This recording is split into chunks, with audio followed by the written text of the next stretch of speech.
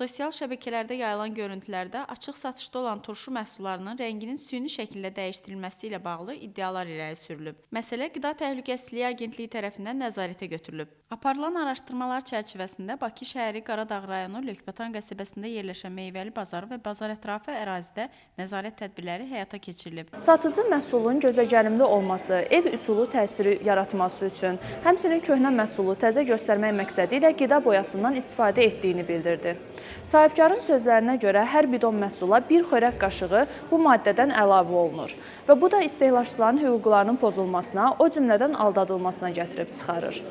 Rəngləyici xam maldan və o cümlədən məhsuldan nümunələr götürülərək laborator müayinələrə cəlb olunub. Nəticələrlə bağlı əlavə məlumat veriləcək. Azərbaycan Qida Təhlükəsizliyi Agentliyi istehlakçıları qida məhsulları alarkən diqqətli olmalarını və mənşəyi məlum olmayan məhsulları istehlak etməməyi tövsiyə edir. Vətəndaşlar qida təhlükəsizliyi sahəsində istehlakçı hüquqlarının pozulması və qanuna zidd hallarla rastlaşdıqda bu barədə konkret faktlarla Minut Çağrı Mərkəzinə məlumat verə bilər. Müraciət daxil olduğundan dərhal sonra araşdırmalara başlanılacaq və qanunvericiliyə uyğun müvafiq tədbirlər görüləcək.